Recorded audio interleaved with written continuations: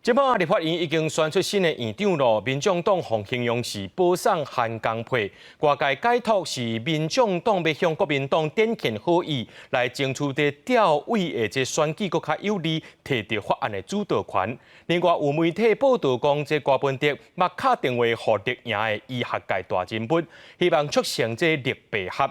民进党发言人表示，郭文哲希望三枪配。 但是这郭文哲也批评讲，这拢是乱讲的，要告民事侵权。针对这部分，医师陈英兴发表公开批，证明郭文哲伫咧投票进前有敲电话来，希望民进党支持黄珊珊，伊会无条件支持民进党的副院长人选。新政就要到啊！民众党主席郭文哲昨日参加春节活动，新鲜写春啊，立法院长的选举结束，不过争议还在拖。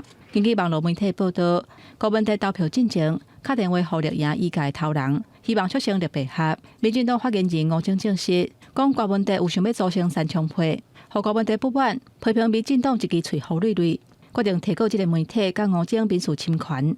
我是很不喜欢跟我们这些前辈互相告诉的那没过得来，大家火大了对不对？不可以用这种手段的。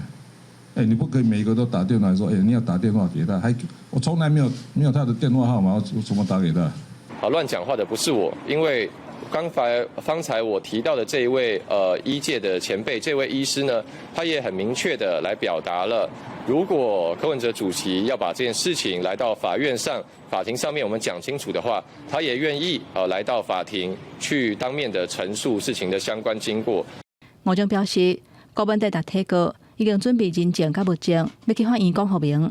若这个医界头人，就是陈英兴医师，嘛发表公开批，标题写推动立白合作无法度成功的见证甲反省，正是郭文哲主动敲电话探问。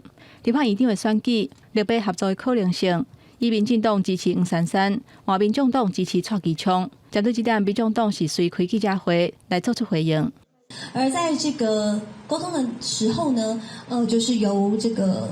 中间人打了电话给陈永新医师，所以柯主席的确有跟这个陈永新医师有对话到，但是不是柯文哲主动在没头没脑的状况之下，突然打电话给陈永新医师。